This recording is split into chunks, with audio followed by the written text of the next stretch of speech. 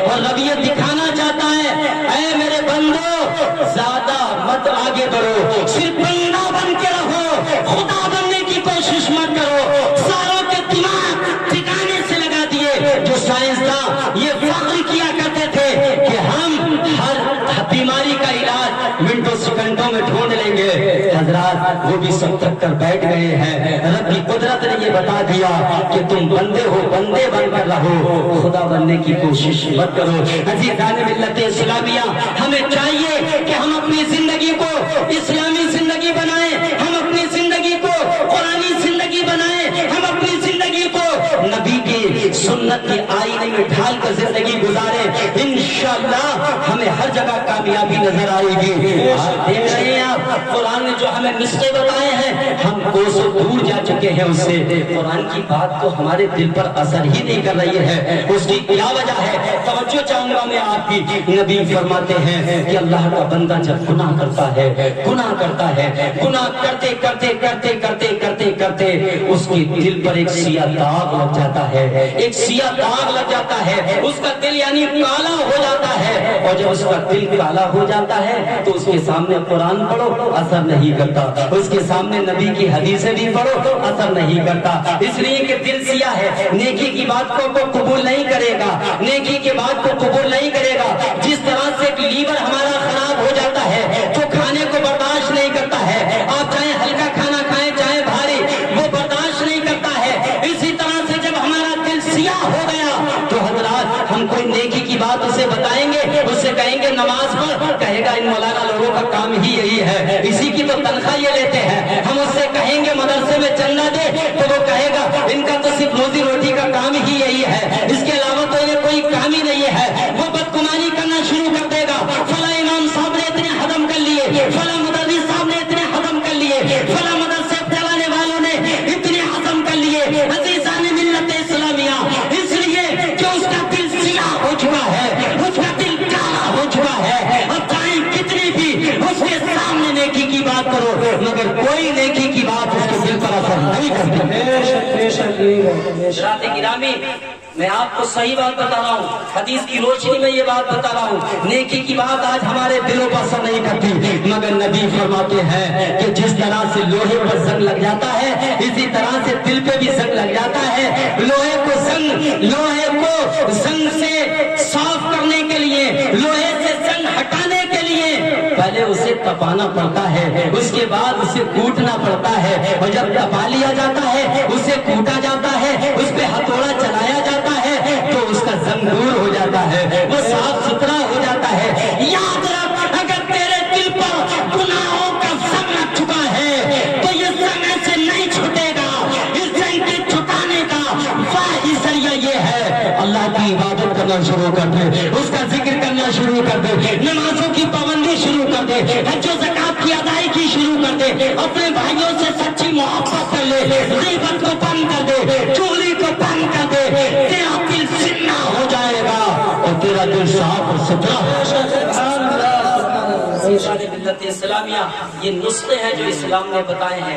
آج ہم قدم قدم پر گناہ کرتے ہیں اور پھر ہم کہتے کیا ہیں؟ یا اللہ ہم سے کون سا گناہ ہو گیا ہے کہ جس کی تو سزا دے رہا ہے؟ قدم قدم پر گناہ ہم نے دیکھی، چلتے پھرتے ایک دوسرے کی برائی، یہ کیا چھوٹا گناہ ہے؟ ایک دوسرے کی چغلی، یہ کیا آپ چھوٹا گناہ سمجھتے ہیں؟ ایک دوسرے سے بدگمانی کرنا، کیا یہ آپ چھوٹا گناہ سمجھتے ہیں؟ آپ جب قرآن پڑھیں گے تو قرآن سے پوچھئے، اے قرآن یہ بتا بدگمانی کرنا کیسا ہے، ایک دوسرے کی چغلی کرنا کیسا ہے، اے قرآن یہ بتا غیبت کرنا کیسا ہے؟ تو قرآن کہے گا سنو سنو، یا ایھا الذین آمنوا اجتنبوا کثیرا من الظن ان بعض الظن اسم ولا تجسسوا ولا یغتب بعضکم بعضا۔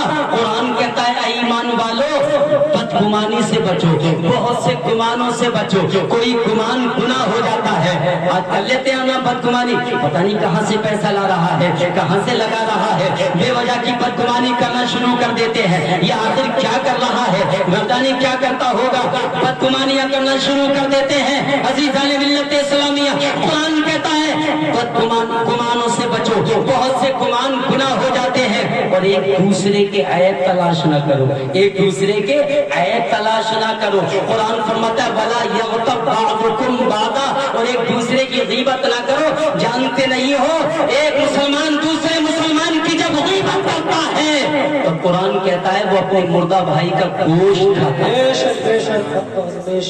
کیا قرآن نے یہ نہیں بتایا؟ اگر بدگمانی ہو جائے، میں آپ کو فارمولہ بتاتا ہوں اور قرآن سے بتاتا ہوں، اگر کسی کے تعلق سے بدگمانی ہو جائے توبہ کریں، اللہ معاف فرمانے والا۔ بدگمانی نہیں کرنا چاہیے، بہت سخت گناہ ہے، لیکن اگر کسی سے کے تعلق سے بدگمانی ہو تو اس بدگمانی سے بچنے کا طریقہ قرآن نے فرمایا ہے۔ قرآن فرماتا ہے کہ اے ایمان والو، اے ایمان والو، بہت سے گمانوں سے بچو، کوئی گمان گناہ ہو جاتا ہے۔ اور ارشاد فرماتا ہے یا ایھا الذین آمنوا ان جاءکم فاسق بنبأ فتبینوا، فرماتا ہے کہ ایمان والو جب تمہارے پاس کوئی فاسق خبر لائے، فاسق کسے کہتے ہیں؟ گناہ کرنے والے ہے نا، فاسق معلن کہتے ہیں گناہ، کھلم کھلا گناہ کرنے والا، داڑھی کٹانے والا، داڑھی مڑانے والا، کھلم کھلا نمازوں کو چھوڑنے والا، جھوٹ بولنے والا، اس کو فاسق کہتے ہیں۔ سمجھ رہے نہیں آپ؟ تو قرآن فرماتا ہے جب تمہارے پاس کوئی فاسق خبر لائے تو اس کی تحقیق کر لو۔ سبحان اللہ۔ کیا فرماتا ہے؟ اس کی تحقیق کر لو، اس کی بات پر فوراً عمل مت کرو۔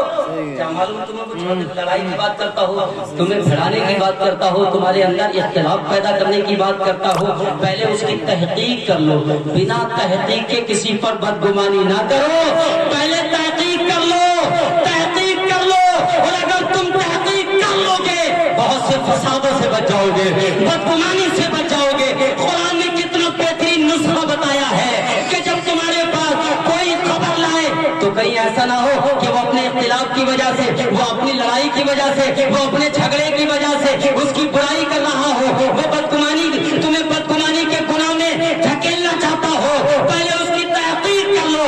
بنا تحقیق کیے ہوئے اس کی بات پر عمل نہ کرو، اور اگر تم نے تحقیق کر لی تو تم گناہ سے بچ جاؤ گے، تم گناہ سے بچ جاؤ گے، تم جھگڑے سے بچ جاؤ گے، فساد سے بچ جاؤ گے، جو دلوں میں نفرتیں پیدا ہونے والی ہیں ان نفرتوں سے بچ جاؤ گے۔ آج یہی تو ہوتا ہے، فلاں نے فلاں سے جا کے کچھ کہہ دیا، یہ میرے تعلق سے وہ ایسی باتیں کرتا ہے، اس طرح سے میرے تعلق سے وہ خیال رکھتا ہے، بس وہ اس سے بات کرنا بند کر دیتا ہے۔ ایک مسلمان دوسرے مسلمان سے جب وہ دلی رنجش رکھتا ہے بات کرنا بند کر دیتا ہے۔ نبی فرماتے ہیں کہ 3 دن سے زیادہ ناراضی نہیں ہونا چاہیے، ایک دوسرے آپس میں صلح کر لیں، اور 3 دن سے زیادہ ناراضی جب بڑھ جاتی ہے بنا شرعی عذر کے تو یاد رکھنا پھر اس کی نمازیں نہیں رہتی، وہ نمازیں بھی ربی بارگاہ میں مقبول نہیں ہوتی ہے، کیونکہ نبی فرماتے ہیں کہ ایک مومن کا دل دکھانا یہ بہت بری بات ہے۔ جس نے مومن کا دل دکھا دیا ہے یاد رکھنا کہ مومن کا دل دکھانے والا جنت میں نہیں جائے گا۔ اس لیے ایک دوسرے کا دل نہ دکھاؤ، ایک دوسرے کے ساتھ بدگمانی نہ کرو، ایک دوسرے کی غیبت نہ کرو، ایک دوسرے کی چغلی نہ کرو۔ قرآن نے تمہیں ترقی کے راستے بتائے ہیں، قرآن نے تمہیں فلاح و بہبودی کے راستے بتائے ہیں۔ آؤ قرآن کی بارگاہ میں اور قرآن سے پوچھو اے پروردگار عالم ذرا یہ تو بتا دے، اے پروردگار عالم تو قرآن کے ذریعے یہ تو بتا دے کہ ہم ترقی کیسے حاصل کریں، ہم عروج اور بلندی کیسے حاصل کریں، ہم دنیا کے اندر کیسے چھا جائیں۔ تو قرآن اس کا ذریعہ اور طریقہ بتا رہا ہے۔ قرآن بتاتا ہے کامیابی کا راستہ پوچھتے ہو، سنو کامیابی کا راستہ۔ فرماتا ہے قد افلح المؤمنین الذین هم فی صلاتهم خاشعون والذین هم عن اللغو معرضون والذین هم للزکاة فاعلون والذین هم لفروجهم حافظون۔ سبحان اللہ، سبحان اللہ، سبحان اللہ بولو۔ آخری باتیں بتا رہا ہوں میں آپ کو تقریباً حضرات۔ قرآن فرماتا ہے کامیاب ہو گئے ایمان والے۔ کیا فرمایا؟ کامیاب ہو گئے ایمان والے۔ قد افلح المؤمنون، کامیاب ہو گئے ایمان والے۔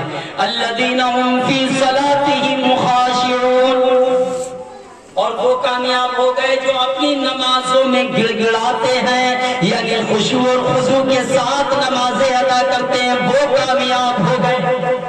قرآن فرماتا ہے والذین هم عن اللغو معرضون، جو لغویات سے، بیہودہ باتوں سے اجتناب کرتے ہیں، بری باتوں سے بچتے ہیں، وہ کامیاب ہو گئے۔ بولو سبحان اللہ۔ قرآن فرماتا ہے والذین هم للزکاۃ فاعلون، اور جو اپنے مالوں کی زکات ادا کرتے ہیں وہ کامیاب ہو گئے۔ قرآن فرماتا ہے والذین هم لفروجهم حافظون، جو اپنی شرمگاہوں کی حفاظت کرتے ہیں وہ کامیاب ہو گئے۔ سبحان اللہ۔ قرآن نے کامیابی کے راز بتا دیے، طریقہ بتا دیا۔ ایمان والے کامیاب ہیں، نمازوں میں گڑگڑانے والے کامیاب ہیں، بے خدا باتوں سے بچنے والے کامیاب ہیں،